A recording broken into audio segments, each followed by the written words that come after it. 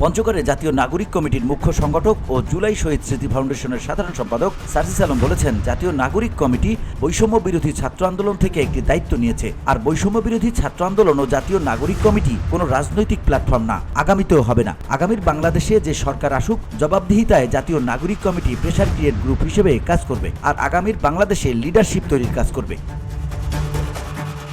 শুক্রবার দুপুরে পঞ্চগড় সরকারি অডিটোরিয়াম হলরুমে জাতীয় নাগরিক কমিটির মতবিনিময় সভায় একথা বলেন তিনি। সার্জিস আলম বলেন, শেখ হাসিনা গত 16 বছরে কিছু অবকাঠামো দিয়ে বাংলাদেশের যা উন্নতি দেখিয়েছে তার ভেতরে ভেতরে যতগুলো অপকর্ম করা যায় সেগুলো করেছে। শেখ হাসিনা গত 16 বছরে মেট্রো রেল, পদ্মা সেতু, এক্সপ্রেসওয়ে, কর্ণফুলী টানেল দৃশ্যমান করেছে। কিন্তু একটা দেশের উন্নতি শুধু কয়েকটা অবকাঠামোর উন্নতি দিয়ে হতে পারে না। এমন কয়েকটা অবকাঠামো বানানোর জন্য শুধু একটা টার্মেই বা সরকার যথেষ্ট।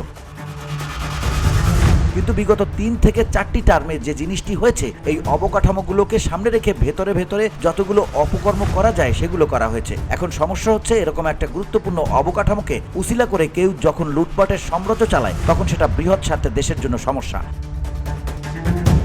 তিনি আরো বলেন, লিডারশিপ শুধু রাজনৈতিক লিডারশিপ হবে সেটা না, প্রত্যেকটি ক্ষেত্রেই আমাদের লিডার প্রয়োজন। আর এই লিডার তৈরির কাজটা করবে আমাদের জাতীয় নাগরিক কমিটি। পাশাপাশি এই প্ল্যাটফর্মটি একটি প্রেসার ক্রিয়েট গ্রুপ হয়ে কাজ করবে, যা আগামীর বাংলাদেশের জন্য কাজ করে যাবে বলেও জানান তিনি।